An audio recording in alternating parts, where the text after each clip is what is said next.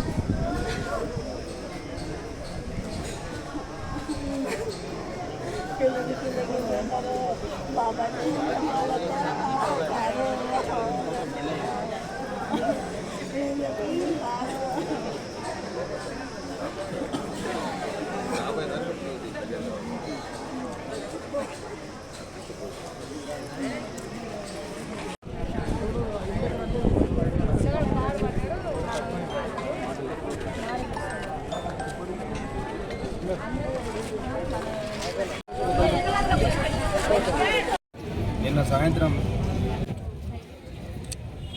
జరిగినటువంటి ప్రకృతి వైఫల్యం భాగంగా భవిష్యత్తులో చరిత్రలో రానటువంటి ఎదురుగాలు రావడం, ప్రాణ నష్టం జరగడం, ఆస్తి నష్టం జరగడం, ఎంతోమంది అభాగ్యులు రోడ్ల పాల్పడ్డారు. చాలా పేదవాళ్ళు అడ్డకూలీలుగా రోజు రెక్కాడితే డొక్కాడని పరిస్థితిలో ఉన్నటువంటి పేదలు ఇలా రోడ్ల మీద పడిపోయిన వాళ్ళ కుటుంబాలంతా రోడ్ల మీద పడిపోయినాయి. ప్రభుత్వం మానవతా దృక్పథంతో ఉన్నటువంటి ముఖ్యమంత్రి ఈ జిల్లా వాస్తవ్యుడు. మరి తన జిల్లాలో ఎంతోమంది అభాగ్యులు రోడ్ల మీద పడ్డారు. వాళ్ళకి న్యాయం చేయాల్సినటువంటి బాధ్యత ఈ ముఖ్యమంత్రి మీద ముందే, రేవంత్ రెడ్డి గారి ముందే నేను డిమాండ్ చేస్తున్నా. ఇది అనుకోని సంఘటన. ఇలాంటి సంఘటనలు అప్పుడప్పుడు అక్కడక్కడ జరుగుతుంటాయి. ఇలాంటప్పుడే ప్రభుత్వం ముందుకొచ్చి ఆదేశాలు ఇచ్చి ఎవరైతే ప్రాణ నష్టం జరిగిందో వాళ్ళ కుటుంబాలను ఆదుకోవాల్సినటువంటి బాధ్యత ప్రభుత్వం మీద. దిక్కులేని వాడికి దేవుడే దిక్కు అన్నట్టు వీళ్ళ దిక్కెవరు ప్రభుత్వం, వాళ్ళ బాధ్యులకు దేవుడే దిక్కు అన్నట్టు ప్రభుత్వమే ముందుకు రావాలి. వీళ్ళ గొప్పలు చెప్పుకుంటున్నారు, మేము ప్రజాపాలన చేస్తాం, తెలంగాణలో ప్రజాపాలన వచ్చిందని చెప్పుకుంటున్నారు. మరి ప్రజాపాలనలో ప్రజలకు అన్యాయం జరిగినప్పుడు ప్రభుత్వం ముందుకు వచ్చి కలెక్టర్ గారికి ఆదేశాలు ఇవ్వాలి. ఇప్పటివరకు ఏమైనా ఆదేశాలు లేవు. ప్రభుత్వ యంత్రాంగంతో మాట్లాడినా, నేను పొద్దున లేచి మాట్లాడితే కనీసం వాళ్ళకు సమాచారం లేదు.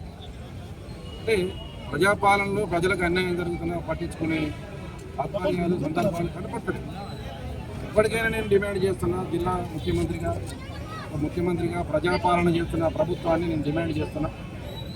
నిన్న సాయంత్రం వీచినటువంటి ఈదురుగాలులు వర్షాల వల్ల 10 మంది చనిపోవడం జరిగింది. మారేపల్లి సాధులు 4, మంతటిలో 1, ఉద్యమంలో 1, ఇలా మొత్తం 10 మంది చనిపోవడం జరిగింది. గల్కపల్లి ఒక బాలుడు పిడుగుబాటు పడ్డాడు. ఈ 10 మందికి అందరూ రెక్కాడితే డొక్కాడని వాళ్ళు. అందరూ చిన్న చిన్న పిల్లలు కూలికి పోయి అడ్డకూలీలు పోయి తల్లితో పాటు పిల్ల చనిపోవడము, ఆ తండ్రితో పాటు ఆ కుటుంబంలో పిల్లగాడు చనిపోవడం చాలా బాధారహితం. కుటుంబం వాళ్ళ బంధువులందరూ వాళ్ళ ఆవేదన వర్ణనాతీతం. ఈ ఆసుపత్రి మొత్తం ఆ కుటుంబ బంధువులతోటి కిక్కిర్చిపోతుంది. ఈ సందర్భంగా నేను ప్రభుత్వాన్ని డిమాండ్ చేస్తున్నా, ముఖ్యమంత్రి గారు డిమాండ్ చేస్తున్నా, వాళ్ళ కుటుంబాలకు ఒక్కొక్క కుటుంబం చనిపోయినట్టు ముద్రకి 11 లక్షల రూపాయలు ఇబ్బడి చెల్లించి మానవత్వంతో మానవత్వం ప్రజాపాలన చేస్తున్నటువంటి మానవత్వం ప్రభుత్వంగా నిరూపించుకోవాలి, నిరూపించుకోవాలి. ఇలా కొంతమంది రైతులు చనిపోయారు. అది కేసీఆర్ ఇచ్చే రైతు బీమా 5 లక్షలు దాంతో కాదు మీరు చేయాలి.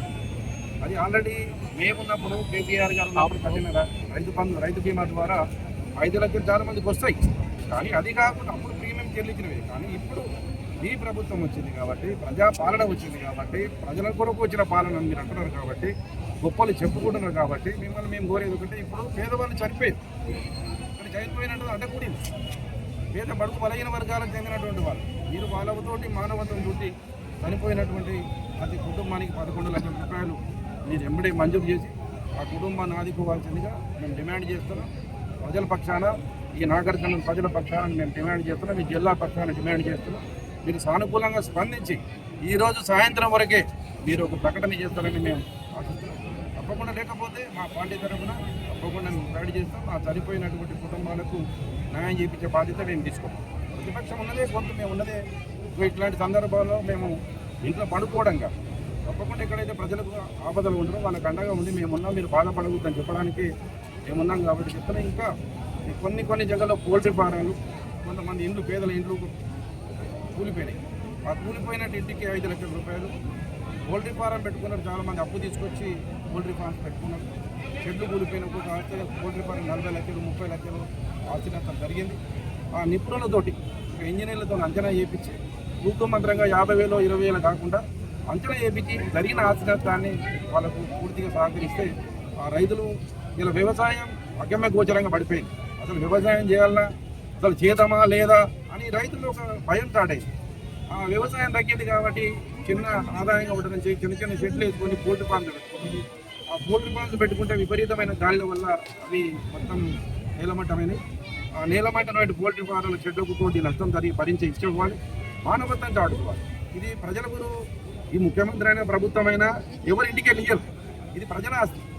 ఈ ప్రజల్లో నష్టం జరిగినప్పుడు ఊళ్ళో ఒక వ్యక్తికి నష్టం జరిగినా ఊళ్ళందరూ సపోర్ట్గా ఎట్లా ఉంటారు, ఇప్పుడు ప్రభుత్వం సపోర్ట్గా ఉండాలి, పేదవాళ్ళకి సపోర్ట్గా ఉండాలి. ఇప్పుడు మానవత్వం దాటుకొని ఎక్కడే వేరే రాష్ట్రంలో చనిపోతే డబ్బులు ఇవ్వడం కాదు. ఈ రాష్ట్రంలో చనిపోయిన పేదవాళ్ళకు, పేద కూలీలకు, పేద బలుగు బలహీన వర్గాలకు సహాయం చేసినటువంటి బాధ్యత ప్రభుత్వం మీద ఉంది. అందుకే వాళ్ళ పక్షాన, వాళ్ళ కుటుంబ పక్షాన మేము డిమాండ్ చేస్తున్నాం. చనిపోయిన కుటుంబాలకు 11 లక్షల రూపాయలు వెంటనే పరిహారం ఇవ్వాలి. దానితో పాటు ఎక్కడికైతే రైతులకు పోల్ట్రీ షెడ్లు కూలిపోయినావో, ఎవరికైతే ఇండ్లు కూలిపోయినావో వాళ్ళందరికీ కూలిపోయిన ఇండ్లకు 5 లక్షల రూపాయలు ఇవ్వాలని డిమాండ్ చేస్తూ, ఎవరికైతే పోల్ట్రీ షెడ్లు కూలిపోయినావో వాళ్ళకు అంచనా వేసి, ఇంజనీర్లతో అంచనా వేయించి, అధికారులతో అంచనా వేయించి వాళ్ళకు న్యాయం చేయాలని డిమాండ్ చేస్తాం.